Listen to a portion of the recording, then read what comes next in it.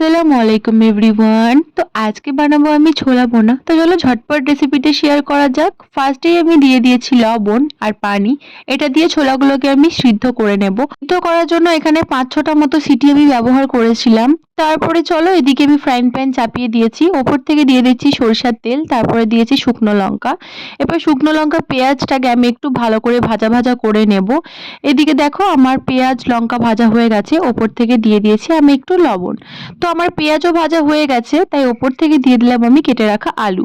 আলুগুলোকে সুন্দর করে একটু ফ্রাই করে নেব। তার আগে দিয়ে দেবো হলুদ, লঙ্কা গুঁড়ো। হলুদ আর লঙ্কা গুঁড়ো দেওয়ার পরে আমি আলুগুলোকে সুন্দর করে একটু ফ্রাই করে নেব যাতে সিদ্ধ হয়ে যায়।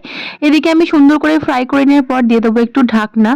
আর আমার না আলুগুলো প্রায় সিদ্ধ হয়ে এসছে, তাই ওপর থেকে দিয়ে দিয়েছি আমি ছোলা কলাইগুলো। তো এগুলোকে সুন্দর মতো করে আমি একটু মিক্স করে নিচ্ছি। তো এইদিকে আমার ছোলা ভুনা রেডি।